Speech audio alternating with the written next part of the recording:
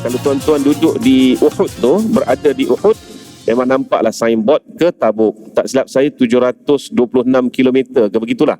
Itu highway straight tuan-tuan. 726 km. Bayangkan 1400 tahun dulu, mana ada highway merentas padang pasir dalam bulan Ogos yang cukup panas, ya, dalam bulan Ogos yang cukup panas, dan berlaku dikatakan pada bulan Oktober, ya, dikatakan pada bulan Oktober tahun 9 Hijrah 631 Masehi. Assalamualaikum warahmatullahi wabarakatuh. A'udzubillahi minasyaitonirrajim. Bismillahirrahmanirrahim. Alhamdulillahilladzi hadana lihadza wa ma kunna linahtadiya laula an hadanallah. Allahumma salli wa sallim ala sayyidil anbiya'i wal mursalin wa ala alihi wa sahbihi ajma'in. Rabbi shrah li sadri wa yassir li amri wa hlul 'uqdatam min lisani yafqahu qawli wa ba'd. Al-Fatihah. A'udzubillahi minasyaitonir rajim. Bismillahirrahmanirrahim. Alhamdulillahi rabbil alamin. Ar-Rahmanir Rahim. Maliki yaumiddin. Iyyaka na'budu wa iyyaka nasta'in. Ihdinas siratal mustaqim. Siratal ladzina an'amta 'alaihim ghairil maghdubi 'alaihim waladdallin. Amin. Bismillahirrahmanirrahim. Alhamdulillah, muslimin muslimat yang dirahmati Allah. Bersyukur kehadrat Allah Subhanahu wa taala kerana mempertemukan kita pada malam ini, malam 1 Rejab, ya, malam 1 Rejab yang Nabi sallallahu alaihi wasallam sudah menghuraikan maksud bulan-bulan haram itu, dan kita seharusnya mengambil kesempatanlah untuk meningkatkan ibadah kita dalam bulan-bulan haram ini, khasnya dalam bulan Rejab ini, ya. Jadi saya nak ambil sikitlah panduan untuk kita menghadapi bulan Rejab ini, seperti yang diberitahu oleh ummahatul mukminin, ibu-ibu kepada orang-orang mukmin, itu isteri-isteri kepada Nabi sallallahu alaihi wasallam, bahawa bila masuk bulan Rejab ini, baginda sallallahu alaihi wasallam meningkatkan ibadah dia, terutama ibadah puasa. Tapi tak disebut berapa jumlah puasa tu tadi. Jadi elakkanlah, hindarkanlah sama sekali daripada hadis-hadis palsu, ya. Seperti contohnya, barang siapa berpuasa pada bulan Rejab 1 hari saja dapat sekian-sekian. 10 hari berpuasa dalam bulan Rejab akan dapat 10 peneduh dalam syurga ke apa ke, tak tahu, tak ingatlah. Saya nak hafal hadis palsu buat apa, kan. Cuma nak ceritanya hadis-hadis itu adalah palsu, ya. Jadi yang jelasnya Nabi sallallahu alaihi wasallam ini meningkatkan ibadahnya menjelang atau memasuki bulan Rejab, khasnya puasa, ya. Jadi Nabi sallallahu alaihi wasallam, sebagaimana kita tahu, sentiasa berpuasa pada hari Isnin dan Khamis.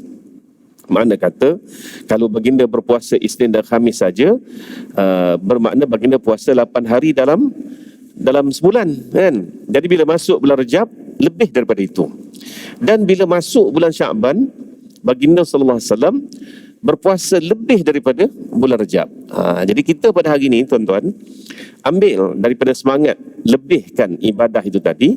Jadi selama ini katalah kita tak pernah pun puasa sunat, maka dalam bulan Rejab ni biasa-biasakan diri berpuasa sunat. Begitu, ya. Itu yang jelasnya, yang diceritakan sendiri oleh isteri-isteri Rasulullah sallallahu alaihi wasallam, ya. Kemudian bila masuk bulan Syaban, maka daripada kalangan isteri baginda itu, jika tidak silap saya, salah satunya Ummu Salamah radhiyallahu anha pernah menyebut bahawa baginda berpuasa dalam bulan Syaban tu hampir penuh. Hampir penuh. Ya, maknanya lagi banyak daripada bulan Rejab. Sehingga kami menyangka baginda akan berpuasa sepanjang bulan Syaban. Jadi bermakna taklah penuh, tapi hampir penuh. Mungkin 25 hari boleh jadi, dan sebagainya, ya. Jadi tuan-tuan, tingkatlah ibadah. Dan kalau kita lihat, ya, dari satu sudut fizikal, kan, sudut tubuh badan, Nabi sallallahu alaihi wasallam sudah melatih diri baginda sendiri untuk berpuasa sebelum puasa yang tak ada stop. 30 hari itu tak stop, kan. Stopnya maghrib lah, malam, kan. Jadi cuba bayangkan kalau kita sendiri yang tak pernah berlari tiba-tiba masuk maraton. Kan? Semput tuan-tuan. 1 kilometer pertama pun tak sampai rasanya kan, dah semput rasanya. Maka sebab itulah apabila kita nak masuk bulan Ramadan ini, bermulanya dengan latihan-latihan dulu. Ya, mungkin dalam bulan Rejab ini kita ambil lah 2-3 hari, 4-5 hari. Bulan Syaban tambah lagi mungkin 10 hari, dan bulan Ramadan non-stop lah 30 hari. Jadi tuan-tuan, itu satu sudut munasabahnya apa yang diceritakan oleh Ummahatul Mukminin tentang Rasulullah sallallahu alaihi wasallam, ya. Bismillah. Kalau bolehlah tuan-tuan, ya, bukan tak ada hadis-hadis fadilat ini, ada. Tapi kita kena cerita, kena banding lah, ya kan.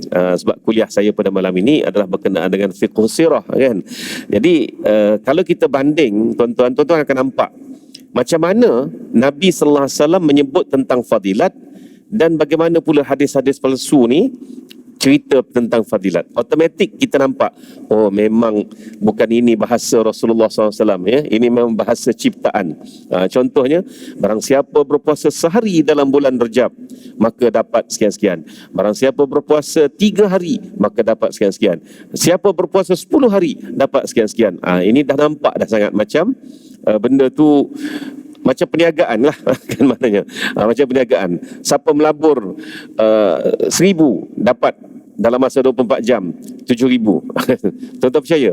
Kalau percaya susahlah saya nak cakap kalau percaya, kan. Mana boleh dalam masa 24 jam boleh keluar 700% dan sebagainya macam tu, kan. Jadi Nabi tak akan cerita fadilat tu dalam bentuk begitu, ya. Tak akan cerita dalam bentuk begitu sebenarnya. Ada bahasa dia sendiri yang kita kena kaji khusus, ya. Jadi untuk kita menghadapi bulan Rejab ini, pada saya cukuplah dengan kita tingkatkan ibadah. Mula melihat ke depan. Tadi pun imam kita dah berdoa, Allahumma barik lana fi Rajaba wa Sya'bana wa balighna Ramadan. Memang doa itu bukan doa daripada hadis, bukan, ya. Tapi kita baca doa itu kerana kita mahukan begitu. Mahukan diberkati dalam bulan Rejab dan bulan Sya'ban. Tak ada masalah. Doa je lah, kan. Doa saja. Gitu. Jadi nak diberkati dalam bulan Rejab ini, maka kitalah kena mulakan agenda kita. Macam mana? Tingkatkan ibadah. Itulah jawapan dia, insya-Allah, ya. Jadi selamat menyambut bulan Rejab dengan ibadah yang bermanfaat, dan juga menjadi latihan kepada kita untuk memasuki bulan Ramadan yang mulia nanti. Kita kembali kepada bicara kita tentang peperangan Tabuk, ya. Peperangan Tabuk ni tadi. Tabuk seperti mana yang saya dah ceritakan pada pertemuan kita yang lalu, jaraknya saja pun sudah menggetarkan jiwa, kan. Jaraknya saja pun sudah 700 km lebih. Itu lebuh raya sekarang, ya.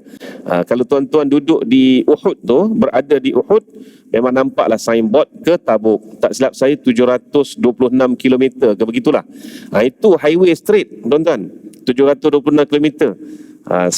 Bayangkan 1400 tahun dulu, mana ada highway merentas padang pasir dalam bulan Ogos yang cukup panas, ya.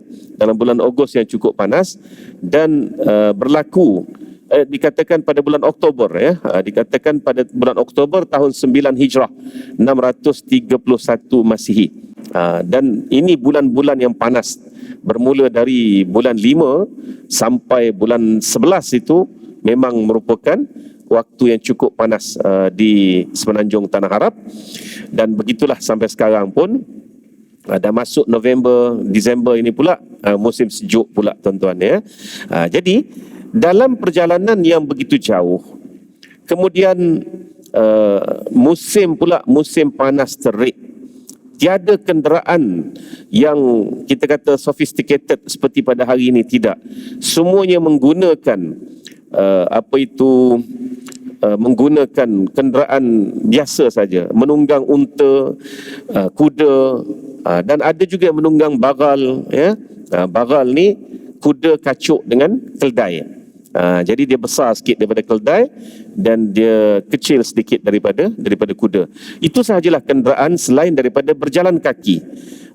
Disebutkan bahawa para sahabat ridwanullah alaihim pada tahun tersebut, ya, dalam perjalanan menuju ke Tabuk, kasut mereka habis pecah.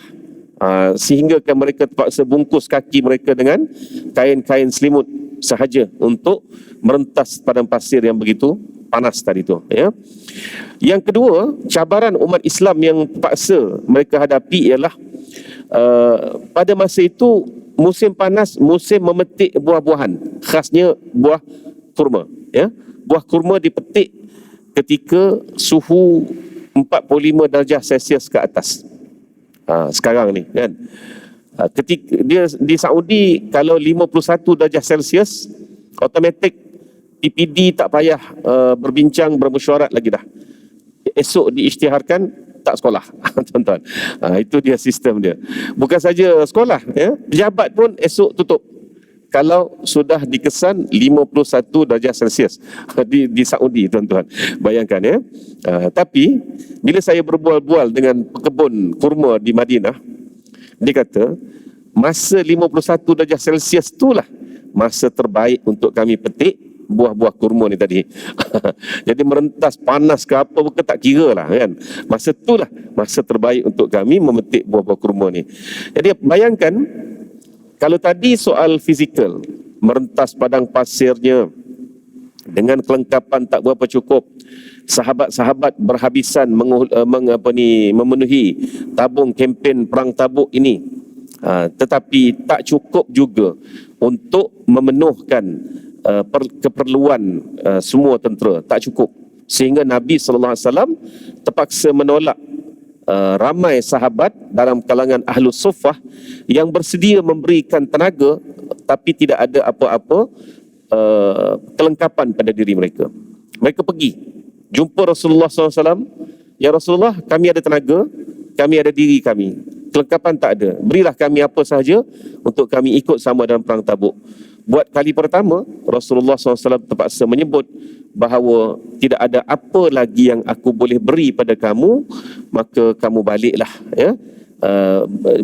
Jagalah Madinah ni tadi. Siapa? Mereka ini dalam kalangan Ahlus Suffah. Yang mana Ahlus Suffah ni tadi kita tahu mereka adalah pendatang-pendatang muhajir dari seluruh pelosok negeri, datang semata-mata untuk belajar agama dengan Rasulullah SAW, ya, untuk mendalami Islam di bawah bimbingan Rasulullah SAW. Lalu duduklah mereka di Suffah Masjid Nabawi ataupun anjung Masjid Nabawi. Sekarang ni lokasi ataupun posisi anjung tu belakang daripada belakang daripada tu yang kita duduk bubuk tu, apa dia? Raudhah, ya. Belakang daripada Raudhah tu ada satu platform yang tingginya mungkin sekitar sekaki lah. Itu sebenarnya lokasi ataupun posisi Suffah, tempat asal Masjid Nabawi sebelum dia dibesarkan. Ya, ada rahsia kenapa ditinggikan tempat itu, kerana Rasulullah SAW seringkali tahajud di situ, berqiyamul lail di situ bersama-sama dengan Ahlus Suffah ini. Maka sebab itulah tuan-tuan, kalau tak dapat Raudhah tu, saya kejar ke tempat platform tu, duduk situ. Platform tu pula dia dah potong pula, bukan jadi dua lah, sebab laluan ke pintu babun nisa tadi. Jadi Ahlus Suffah ni terpaksa balik kerana tak ada kelengkapan dah nak diberi kepada mereka. Begitulah dhaifnya kelengkapan pada masa itu. Dan kalau kita lihat pula soal memetik buah-buahan ini soal rohani pula tuan-tuan. Soal rohani.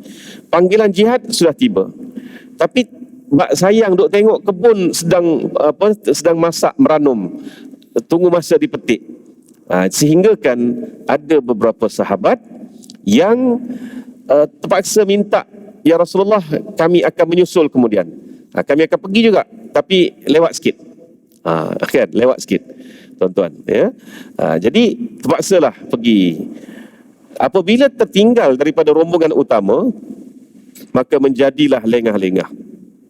Akibat lengah-lengah itu, salah seorang sahabat yang terkenal, Ka'ab bin Malik radhiyallahu anhu, sampai ke tahap apabila dia sedar dia sudah terlewat daripada peperangan Tabuk itu, dia pun mula mengejar, kejar sampai di tengah jalan, ya, sampai di tengah jalan dah bertembung dengan pasukan muslimin yang balik dari perang Tabuk ni tadi tuan-tuan, ya. Apabila keadaan begitu, maka Rasulullah SAW pun menghimpunkan mereka yang ketinggalan dalam peperangan ini. Kena himpun. Bila kena himpun, adalah 83 orang, ya, 83 orang sahabat, sahabat quote unquote, tuan-tuan, quote unquote dulu, ya. 83 orang sahabat ini yang ketinggalan dalam peperangan perang Tabuk tadi. Salah seorangnya adalah Ka'ab bin Malik, tuan-tuan, ya. Ka'ab bin Malik dan juga dua orang lagi, Murarah bin Rabi' dan Hilal bin Umayyah radhiyallahu anhum ajma'in. 80 orang bagi alasan, begitulah, beginilah, begitu, begini. Rasulullah kata tak apa, kan? Aku terima alasan kamu dan Allah lah yang menentukan kebenaran kamu. Jalan. 80, kan? Sampai dekat Ka'ab, dekat Murarah, dekat Hilal, 3 orang ni, spontan mereka mengatakan tiada alasan ya Rasulullah. Hanya semata-mata kelengahan. Mengaku tu terang. Bila mengaku saja, Nabi SAW terus memalingkan mukanya. Itu salah satu tanda Rasulullah marah. Rasulullah marah, tak pernah maki hamun, tak pernah sergah, tak pernah tengking. Cuma ada beberapa sign, beberapa tanda dekat wajah dia yang menunjukkan baginda marah. Antaranya wajah baginda bertukar menjadi merah padam. Kan Rasulullah ni kan kulit putih kemerahan. Jadi bila marah, orang kulit putih ni kena naik merah, maknanya menahan marah tadi, dia tahan. Wajah dia jadi merah tu maknanya dia tahan. Dan disebut lagi dalam kitab Syama'il Muhammadiyah, tanda Rasulullah marah adalah timbul orat ni. Ada setengah orang ada orat darah ke atas ni, timbul orat ni. Pun tandanya Rasulullah sedang tahan marah, tak keluar marah. Kalau orat ni tak timbul, kalau dia lepaskan kemarahan, orat ni tak timbul, tuan-tuan. Tapi bila dia tahan kemarahan, timbul orat ni. Dan satu lagi tanda Rasulullah berpaling. Berpaling tu maknanya baginda memang marah, tapi tak keluar daripada mulut baginda. Hilal, Ka'ab dan juga Murarah, ya, mereka bertiga pun dalam tanda tanya. Adakah Rasulullah mengampunkan mereka ke sebagainya seperti mana 80 orang tadi? Maka jawapannya Rasulullah mengisytiharkan hendaklah dipulaukan, tuan-tuan. Hendaklah dipulaukan. Pulaulah. Di sini timbul persoalan. Apa guna bercakap benar? Apa guna bercakap benar kalau kena denda? Kan? Tidak dihargai langsung. Kaedahnya kan. Nampak segi itu saya katakan isu tanaman, buah-buahan yang sedang masak randung ni, isu kerohanian sebenarnya. Sama ada nak tinggal yang ini sebab nak teruskan bersama-sama dengan pasukan Rasulullah SAW ataupun nak minta tangguh. Ya? Kalau kita baca kisah yang diceritakan sendiri oleh Ka'ab bin Malik, Masya Allah, kita nampak betapa luhurnya hati Ka'ab bin Malik ini tadi. Dia menceritakan segala-galanya. Bermula daripada dia minta izin dengan Rasulullah sebab Ka'ab walaupun dia lambat pergi tapi dia dah beri sumbangan kepada tabung peperangan Tabuk itu banyak, bukan sedikit, tuan-tuan. Antara orang yang terbanyak menyumbangkan, orang kaya ni Ka'ab ni. Tapi dia minta izin nak uruskan kebun dulu. Rasulullah kata tak apa. Okey. Apabila dia terleka, tuan-tuan, dan perang Tabuk ni pula 3 bulan, bukan sekejap tau. Perjalanan ke Tabuk tu saja dan tinggal pula di Tabuk dan balik semula hampir 3 bulan proses dia, tuan-tuan. Hampir 3 bulan, bayangkan. Dalam masa 3 bulan tadi, Ka'ab ni kan, dia kata apa? Ini cerita dia sendiri. Pada masa itu bila dia dah terleka, dah terlambat tadi, maka dalam kepala dia mula dirasuk ataupun dihasut syaitan, iaitu dia moga-mogalah Rasulullah tak ingat namaku, moga-mogalah Rasulullah tak ingat namaku. Mana mungkin Rasulullah SAW tak ingat nama Ka'ab bin Malik ni, ya? Sebab ramai kan tentera pergi ribuan. Ribuan pergi, moga-moga Rasulullah tak teringatlah nama aku. Sahabat tu tuan-tuan, sahabat besar ni boleh juga dihasut syaitan begitu. Kalau kita sendiri bayangkan jauhnya jarak kita dengan kedudukan Ka'ab bin Malik itu, jadi lebih mudahlah kita ni dihasut syaitan. Jadi kena ingatlah benda tu kan. Jadi Ka'ab bin Malik doa, ya Allah, mintalah Rasulullah tak ingat nama aku. Sedangkan sepanjang perjalanan pergi ke Tabuk, duduk di Tabuk dan patah balik ke Madinah semula, Rasulullah sallallahu alaihi wasallam selalu duk tanya, mana Ka'ab ni? Mana Ka'ab ni? Kena sungguh kan. Mana Ka'ab ni? Sebab apa yang Rasulullah ingat sangat Ka'ab ni? Sebab Ka'ab bin Malik ni adalah bodyguard Rasulullah sallallahu alaihi wasallam bagi pihak orang-orang Yathrib ketika Bai'atul Aqabah yang kedua.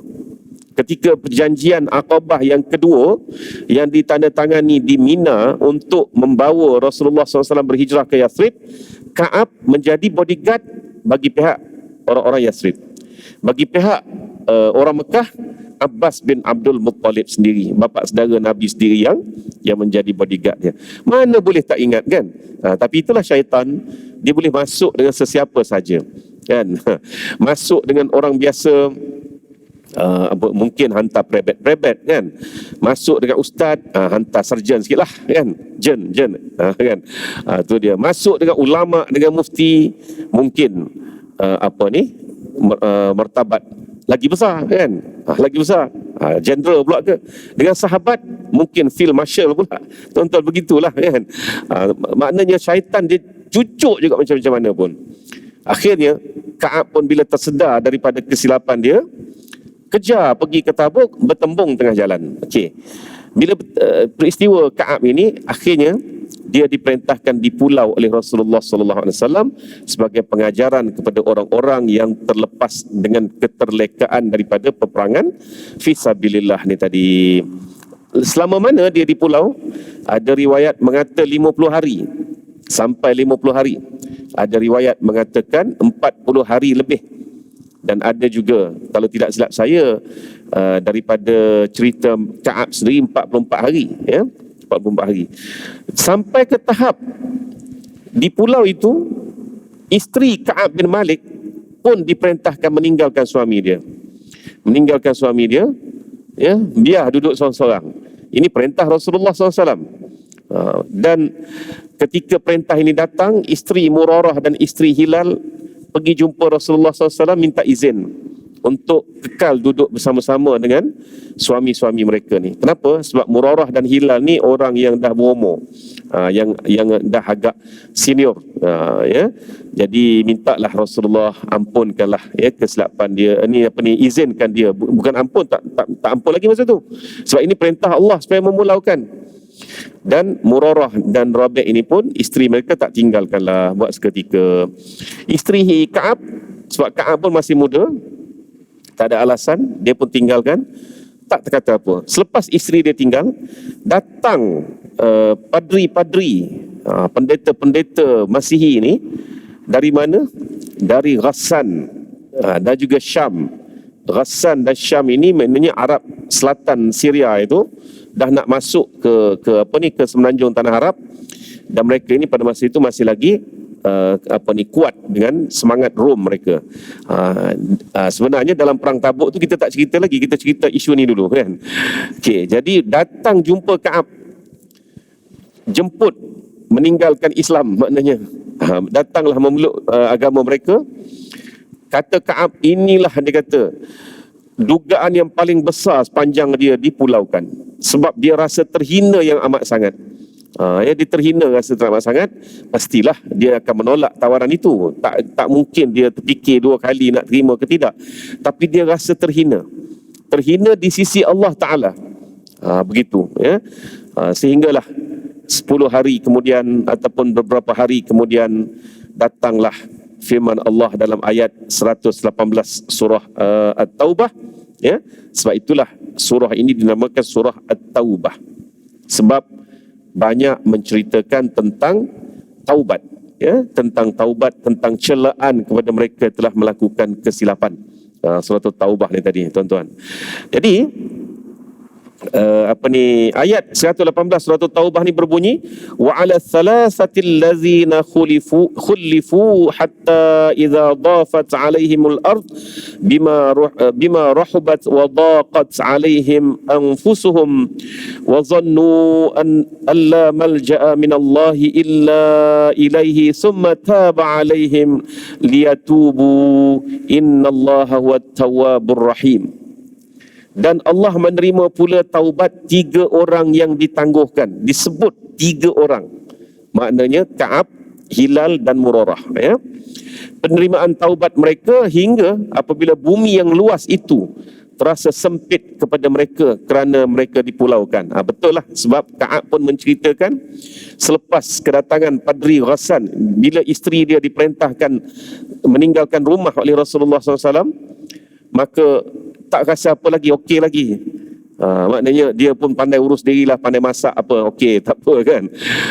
Tapi bila datang Padri Ghassan dan juga beberapa pendeta dari Raja Ghassan dan beberapa pendeta dari Syam, itu dia. Raja sendiri yang hantar, Raja Ghassan, Raja Arab lah ni, ya.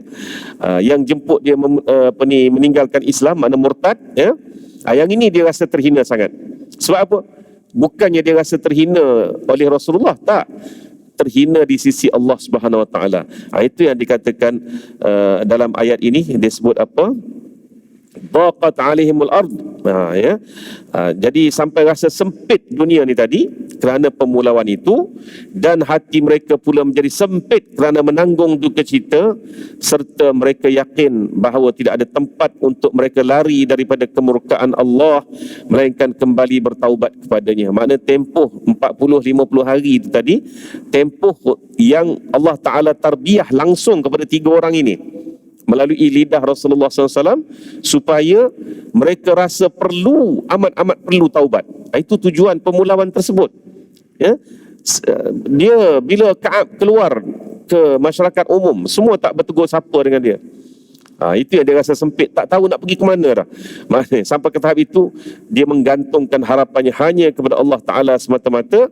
Kemudian Allah memberi taufik serta menerima taubat mereka supaya mereka kekal bertaubat. Sesungguhnya Allah, dialah penerima taubat lagi maha mengasihani. Tuan-tuan, nak baca ulasan sebenar Ka'ab detail satu persatu, bacalah Riyadhus Salihin bab taubat. Riyadhus Salihin bab taubat ada hadis panjang cerita Ka'ab sendiri. Saya ambil tadi 2-3 bahagian saja. Siap dengan dialog isteri Ka'ab kepada dia dalam hadis itu, ya. Menarik baca untuk kita ambil pengajaran di situ. Sehinggalah pada pagi subuh hari ke-50 itu, kedengaran suara tukang seru Rasulullah sallallahu alaihi wasallam, ya, yang mengisytiharkan pemulauan kepada 3 sahabat ini telah pun ditarik balik, telah tamat dan sebagainya. Maka duduk tak lama dalam keadaan Ka'ab percaya atau tidak, tiba-tiba datanglah utusan Rasulullah SAW jemput dia menghadap Rasulullah SAW. Maka apabila ketiga-tiga mereka ini menghadap, maka Nabi SAW pun mengisytiharkan tamat pemulauan, dan juga tidak ada lagi pemulauan selepas itu, ya. Jadi tuan-tuan, pengajaran untuk kita itulah dia, betapa besarnya, ya, dosa dan juga betapa besarnya denda ataupun hukuman daripada Allah Ta'ala sendiri kepada orang-orang yang alpa dalam sabilillah ni, dalam perang fisabilillah khasnya. Jadi persoalan 80 orang tadi, apa status dia? 80 orang tadi apa status dia? Dia telah memberikan alasan dan tidak perlu menunjukkan penyesalan dan taubatnya. Rasulullah SAW terimalah, ya, alasan itu. Terima dengan kata apa? Ada Rasulullah sangkutkan juga dengan terpulanglah kepada Allah untuk kamu. Maknanya untuk aku tak apa, kamu dah bagi alasan, aku terima, zahirnya begitulah. Inilah sebab kamu, tapi selebihnya Allah Ta'ala. Jadi tuan-tuan, siapa 80 orang ni? 80 orang ini ulama-ulama ada mengkaji dan membahaskan siapa mereka. Mereka bukan sahabat. Hakikat mereka adalah munafik. Mereka adalah golongan munafiqun, yang sukar untuk diuruskan. Ya, golongan munafiqun ini memang cukup sukar untuk diuruskan sebenarnya. Ya, jadi sebab itulah Rasul kata okey, terima, tapi itu pula pada Allah lah nak terima kamu dan sebagainya. Di sinilah tuan-tuan, kebenaran bila-bila pun tetap bermanfaat. Ya, Hilal, Murarah dan juga Ka'ab memilih untuk bercakap benar. Memilih untuk bercakap benar, walaupun pada hari itu nampaknya tak bermanfaat, tapi bayangkan 50 hari kemudian mereka ini tercatat dalam ayat 118 surah At-Taubah. Okey, itu dari sudut kerohanian.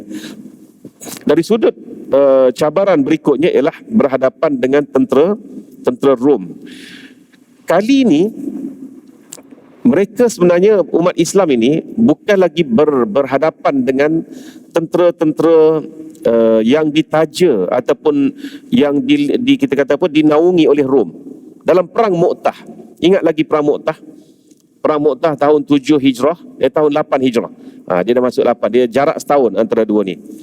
Dalam perang Mu'tah di akhir 7 Hijrah masuk ke 8 Hijrah. Gitulah tuan-tuan, dia punya tempoh dia, tarikh dia tu. Ya. Perang Mu'tah, umat Islam berhadapan dengan 3,000 tentera berhadapan dengan 200,000 tentera.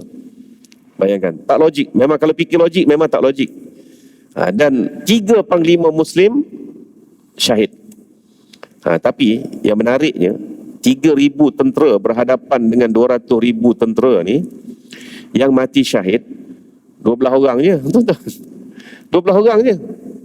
Termasuk 3 panglima. Nak ceritanya syahid ni bukan benda senang. Adat kata 3,000 lawan 200,000 semua syahid, semua syuhada. Tapi tak, bukan begitu. Kita boleh pandang dua sudut lah, ya, dari dua sudut dengan kematian 12 syuhada ini. Pertama, dari sudut betapa syahid itu mahal. Yang kedua, walaupun 3,000 tentera, tapi tentera-tentera Rasulullah SAW ini tentera yang orang kata apa, yang krim semuanya, tentera yang terlatih, kecekapannya itu tidak dipertikaikan. Dan buat kali pertama Khalid bin Walid berperang bagi pihak muslimin pada peperangan Mu'tah sebagai seorang prajurit biasa. Buat kali pertama. Dan dia baru masuk Islam dalam beberapa bulan. Sebab Khalid bin Walid ini kali terakhir dia berhadapan dengan tentera muslimin adalah ketika perjanjian damai Hudaibiyah. Perjanjian damai Hudaibiyah, Rasulullah tak boleh masuk Mekah, terpaksa tahallul ihsar, maka balik ke Madinah setahun kemudian, tahun 7 Hijrah, barulah boleh buat umrah. Bila buat umrah ini, Khalid mengintai lagi, hatinya dah cenderung mengintai lagi, apatah lagi abang dia Al-Walid Ibn Al-Walid dah pun memeluk Islam. Dia duk intai tengok gerakan Rasulullah ni tadi, bagaimana tersusunnya, teraturnya, bagaimana tawaf, ya. Tawaf, tuan-tuan.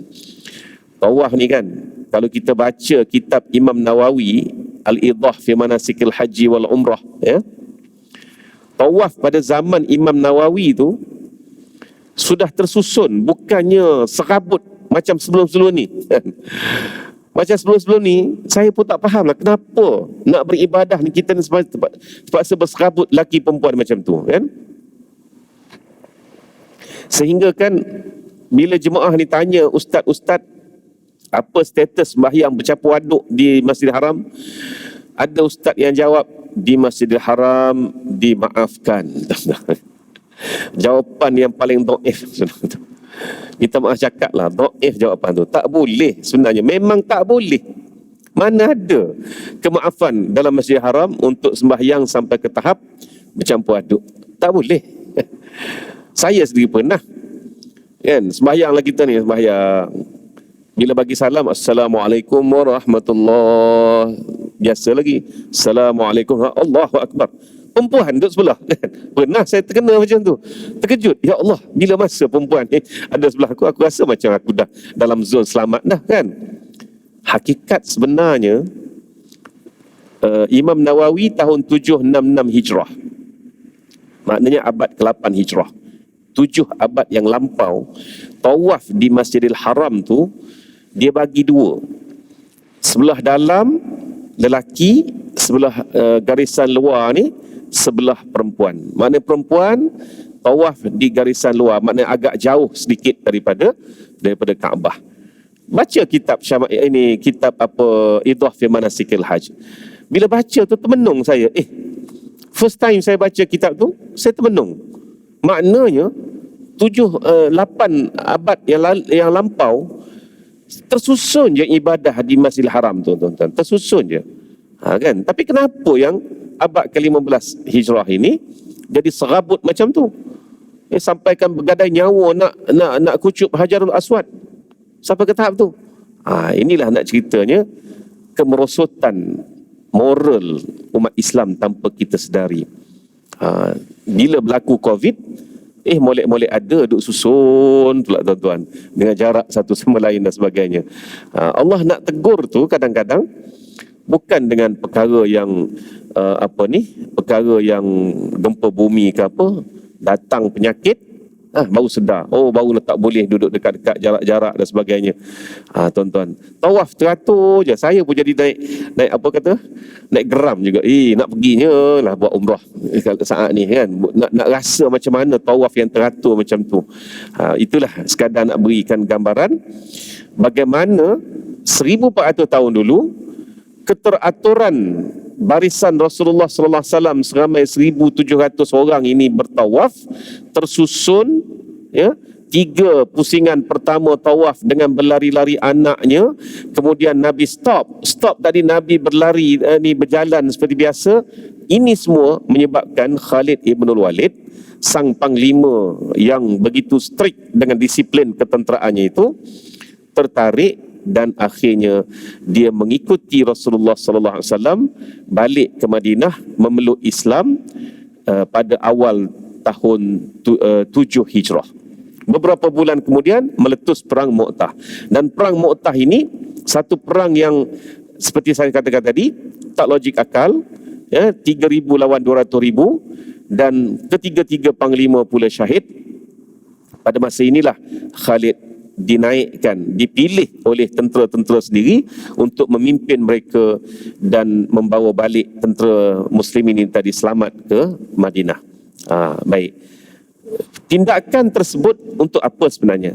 Sebenarnya tindakan dalam perang Mu'tah itu ialah sebagai jawapan kepada Raja Ghassan yang telah membunuh utusan Rasulullah sallallahu alaihi wasallam pada tahun 6 Hijrah. Rasulullah hantar utusan, maka ada yang menghargai utusan tadi. Raja Rom sendiri menghargai utusan, tapi Raja Ghassan yang duduk berlindung di bawah Raja Rom membunuh dan menghina pula utusan Rasulullah SAW. Sebab itulah perang Mu'tah itu tadi sebagai suatu teladan kepada Raja Ghassan. Tiba-tiba Raja Ghassan pada masa itu menerima kunjungan daripada Kaisar Rom, Hercules. Kaisar Rom turun melawat Ghassan dengan 100,000 tentera. Silap Kaisar Rom pada masa itu ialah apabila dia perintahkan tentera dia yang 100,000 ni bergabung dengan Raja Ghassan untuk menentang tentera muslimin yang tiba di Mu'tah tadi. Dan ternyata ini memalukan Raja Rom. Memalukan Raja Rom sebab tentera muslimin yang 3,000 orang ni tak kalah pun sebenarnya. Mereka pula terpaksa menanggung malu dari segi politiknya. Macam tu je kuatnya Raja Rom, sedangkan nak hadapi tentera Arab yang 3,000 ni yang datang entah dari mana-mana ni, maknanya bukannya satu kerajaan pun, dengan seorang lelaki yang mengaku jadi Nabi yang mereka gelakkan pada masa itu, memang memalukan. Apabila memalukan inilah maka Nabi sallallahu alaihi wasallam dapat mengesan pada tahun 9 Hijrah itu, Raja Rom menghantar bala tentera dia menuju ke semenanjung tanah Arab, dan Rasulullah sallallahu alaihi wasallam bertindak dengan lebih proaktif dengan menghantar tentera ke Tabuk. Nak sampai ke Tabuk itulah cabaran yang kita duk bincang tadi. Segi cabaran kerohaniannya, cabaran fizikalnya, cabaran materialnya, dan musim pula pada masa itu yang panas. Nabi terpaksa hantar. Bila hantar, tuan-tuan, apa jadi? Tiba di Tabuk yang merupakan sempadan, tentera Rom pula takut moral mereka runtuh. Sebab kalaulah hanya 5,000 tentera muslimin ini datang dengan rasul mereka sendiri merentas padang pasir begitu jauh, maka sudah tentu moral tentera-tentera ini tidak dapat dibendung hanya dengan senjata-senjata yang canggih dan lengkap saja. Azan. Muslimin muslimat yang dirahmati Allah, sikit lagi ya. Sebenarnya keberangkatan Rasulullah SAW menuju ke Tabuk itu tadi bukanlah bahkan semua peperangan, bukan peperangan Tabuk saja, semuanya ada ayat-ayat Al-Quran yang memandu peperangan itu tadi. Contoh kunci kepada peperangan Tabuk ini adalah ayat 123 surah At-Taubah itu sendiri. Surah At-Taubah penuh dengan cerita tentang perang Tabuk ini. Ya ayyuhallazina amanu qatilul ladzina yalunakum minal kuffari wal yajidu fikum ghilzah wa'lamu annallaha ma'al muttaqin. Wahai orang-orang yang beriman, perangilah orang-orang kafir musyrik yang berdekatan dengan kamu. Maknanya orang yang sedang melingkungi sempadan negara kamu ini, jika mereka hendak membuat kacau kepada kamu. Mana Allah izinkan untuk pergi segera membendung mereka daripada masuk ke dalam wilayah Madinah dan juga wilayah umat Islam pada masa itu. Dan biarlah mereka merasai sikap kekerasan serta ketabahan hati yang ada pada kamu, dan ketahuilah sesungguhnya Allah berserta dengan orang-orang yang bertakwa dengan memberikan pertolongannya.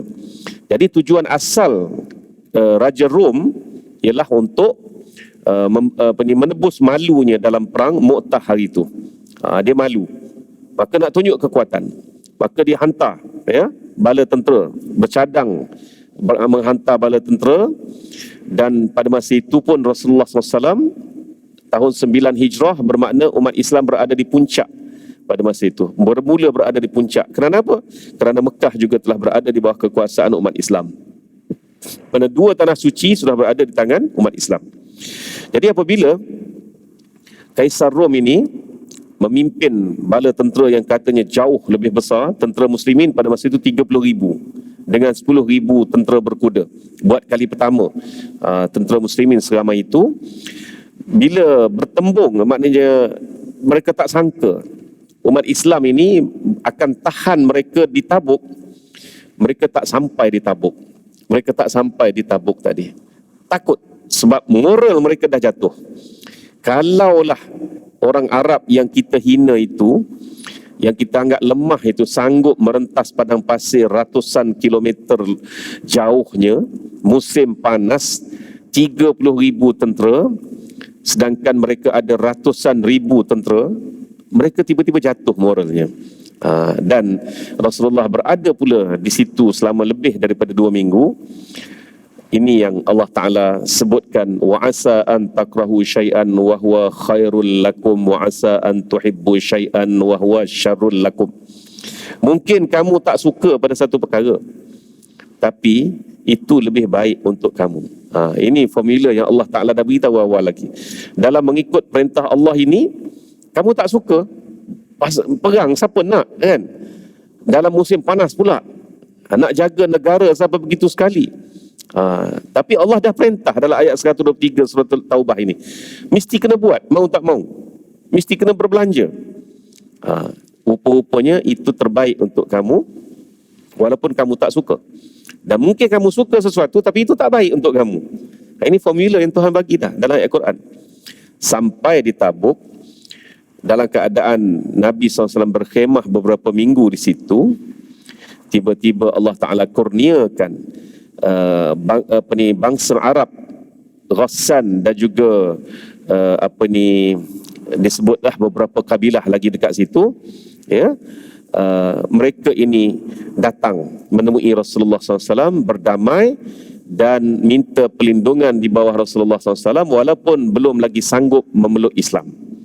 Beberapa kabilah juga telah memeluk Islam, dan mereka sanggup, yang tak memeluk Islam ni sanggup membayar jizyah, bermakna sempadan Madinah telah lanjut sampai ke Tabuk, tambah lagi 700 ataupun 800 km pada masa itu. Ini yang terbaiknya. Peperangan tidak meletus sebab tentera Rom tak mari. Moral dapat.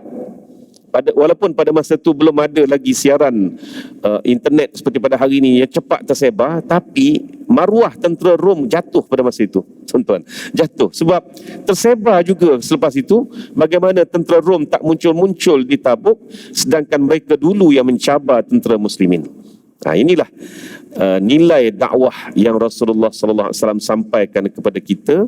Selagi mana ia disukai, diperintahkan oleh Allah Ta'ala, walaupun bertentangan dengan kesukaan kita, maka ia tetap akan mendatangkan manfaat untuk kita, ya. Jadi dengan itu ada riwayat mengatakan 20 hari atau 21 hari baginda berada di Tabuk, kembalilah ke Madinah. Dan apabila kembali ke Madinah, tuan-tuan, ada satu ayat yang saya terlupa nak highlight kat sini, ialah ayat 81. Ayat yang membuktikan bahawa 80 orang yang tidak pergi berperang itu sebenarnya golongan munafik. Iaitu ayat yang menyebut farihal mukhallafuna bimaq'adihim khilafa Rasulillah sallallahu alaihi wasallam wa karihu an yujahidu bi amwalihim wa anfusihim fi sabilillah wa qalu la tanfiru fil harri qul naru jahannama asyaddu harra law kanu yafqahun, ya.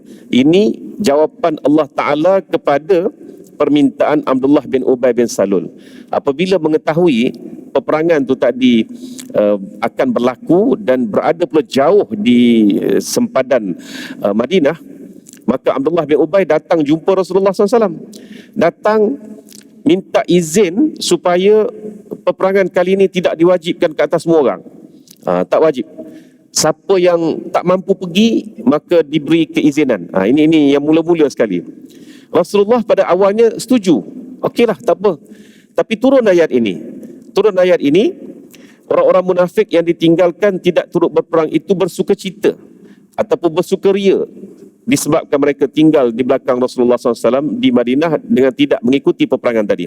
Dan mereka sememangnya tidak suka berjihad dengan harta benda dan jiwa mereka pada jalan Allah dengan sebab kufurnya, dan mereka pula menghasut dengan berkata, janganlah kamu keluar beramai-ramai untuk berperang pada musim panas ini. Katalah wahai Muhammad, api neraka Jahannam itu lebih panas membakar kalaulah mereka itu orang-orang yang memahami. Jadi ini mula-mula sekali cubaan munafik, ya. Jadi tuan-tuan, apabila dah tak berjaya, bila Rasulullah kata semua kena keluar, maka mereka pun mulalah alasan, keluarlah 80 ekor tadi tu, 80 orang tadi tu yang tak nak pergi berperang. Inilah sebenarnya golongan munafikun yang bertopengkan kedudukan mereka sebagai orang Islam. Hakikatnya mereka adalah orang-orang yang tidak suka berjihad. Wallahu alam. Begitulah serba sikit pengajaran daripada peperangan Tabuk ini. Dan kembalinya Rasulullah SAW ke Madinah kembali dengan pelbagai kejayaan, khasnya kejayaan dari sudut maruah dan juga politik, serta persempadanan yang semakin melebar walaupun tidak menumpahkan darah, ya, pada peperangan Tabuk ini. Sekian kita tangguhkan dengan tasbih kafarah dan juga suratul subhanakallahumma hamdika asyhadu an la ilaha illa anta bismillahirrahmanirrahim wal 'asri innal insana lafi khusr illa alladziina aamanu wa 'amilus shalihat wa tawassaw bil haqq wa tawassaw bis sabr. Sadaqallahul azim. Wabillahi taufiq wal hidayah. Wassalamu alaikum warahmatullahi wabarakatuh.